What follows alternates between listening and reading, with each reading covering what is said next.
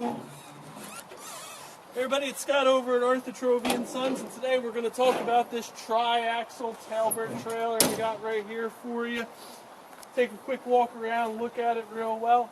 Boards look like they're pretty good intact. Whole lot of solid metal throughout this. This is a 2002 model year. It's a 53-footer. We got a 50-ton capacity on it. Brakes and tires are pretty good all the way around. Looks like it was well taken care of.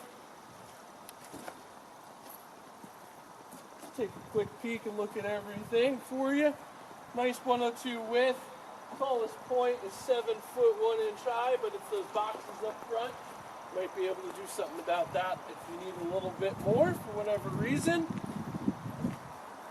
The axles do slide real well. Everything works on this as it should. Does have a hydraulic winch on the front. Nice aluminum storage boxes for you. Got some other storage parts. We can tell you how it works and everything that you need to know by giving us a call.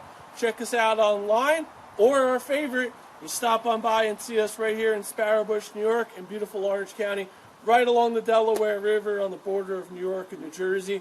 Come see us, have a chat with us, and we'll tell you all about it. We'll see you on down the road.